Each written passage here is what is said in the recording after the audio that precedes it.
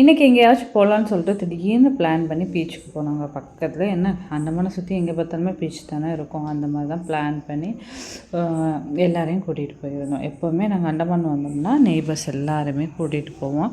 அப்படி தான் கூட்டிகிட்டு போனோம். இது என்னென்னா நல்ல தண்ணி. கடலில் எப்போவுமே மழை பெஞ்ச தண்ணியும் சேர்ந்து கலக்க முடியலங்க. நல்ல தண்ணியும் உப்பு தண்ணியும் கலக்கிற இடம் ரொம்ப நல்லா இருக்கும்னு சொல்லுவாங்க. ஏன்னா உப்பில் குளிச்சுட்டு பக்கத்துலேயே நல்ல தண்ணிலையும் குளிப்போம். இது ஆனால் நல்ல தண்ணி என்னென்னா ரொம்ப பெருசாக ஆறு மாதிரி ஓடும். அது ரொம்ப ஸ்பீடாக ரொம்ப நல்லா இருந்துச்சு பார்க்கவே. அதிலே ரொம்ப நேரம் நல்லா ப்ளே பண்ணிக்கிட்டு இருந்தோம். அதுக்கடுத்து அப்படியே தோட்டத்துக்கு போகலான்னு சொல்லிட்டு தோட்டத்துக்கு போயிருந்தோங்க. என்னென்னா கெத்தின்னு சொல்லுவாங்க. இங்கே ஃபுல்லாக பாக்குக்கண்டு, இஞ்சி, அப்புறம் சின்ன சின்ன காய்கறி, அப்புறம் மிளகு கண்டு எல்லாமே வச்சுருந்தாங்க மாமா.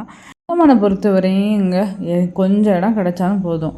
நெல் போடுறாங்களோ காய்கறி போடுறாங்களோ இல்லையோ ஒரு 10 கண்டாச்சும் பாக்கு வச்சுருவாங்க. ஏன்னா பாக்கு அவ்வளோக்கு இங்கே லாபங்க.